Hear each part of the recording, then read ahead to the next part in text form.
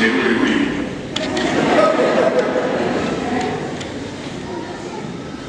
ananitendesha kazi ambayo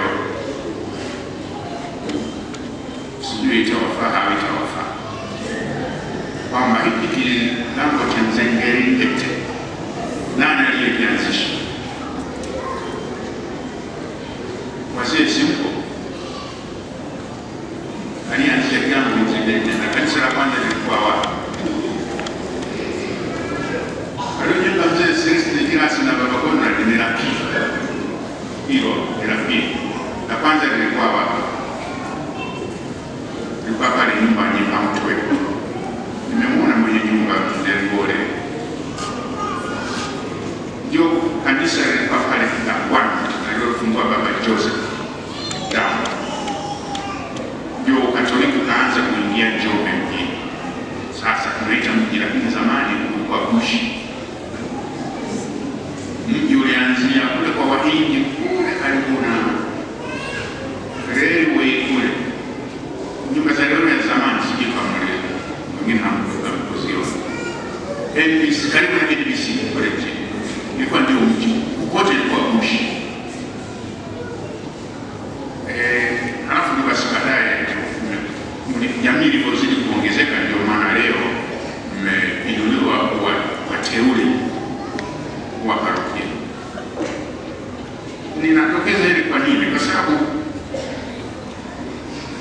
kwamba imani haidondoki sema kama tone ya mvua alafu kapotelea kwenye udongo. Hapana, imani inatoka ndani ya watu wanastawi, wanakuwa, wanatakaswa, wanaieneza. Sasa kwa miradi kubwa ya sisi wakazi wa eneo hili, basi imeonekana kwamba iitwe parokia. Ndio maana mnajiandaa kuitwa parokia, na siku ya kutangaza kwamba kweli ni parokia, ngoma tutakuja kushiriki kucheza.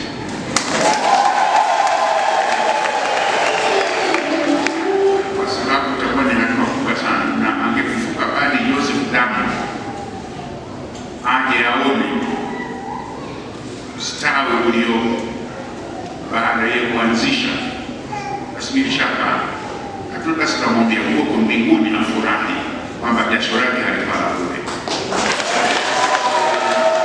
na atuombe kwa sababu alihangaika kuzunguka na punda wake mnajua aliitwa na jina la punda aliyekuwa anasafiri aliitwa Rafiki.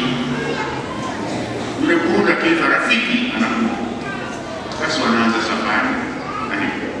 Kwa hivyo Bwana ana uwezo wa kuwasiliana na huyo mnyama katika misafara yake ya kimisionari, na amezuka huko mpaka alifika Ruguje. Leo akashtakiwa na wakonsolata kwa sababu walikuwa wamepata nyiwa Benedictine mwishie Ruguje, sisi wakonsolata mwishie Ruguje, wewe mwenzetu mbona unavuka Ruguje? Sasa sababu nilione hakuna padri kule, mimi nikavuka, ila sasa sitavuka tena. Basi hadi mambo ya dai kutaka ustawi wa maendeleo ya imani. Kwa hivyo historia ya mahali kuhusu kutangaza Injili ni vizuri kuijua na muone sasa nyinyi kwa kipindi chenu hiki na wajibu gani kuendeleza ile imani uweze kuimarika na kuwafikia watu kwa kina zaidi.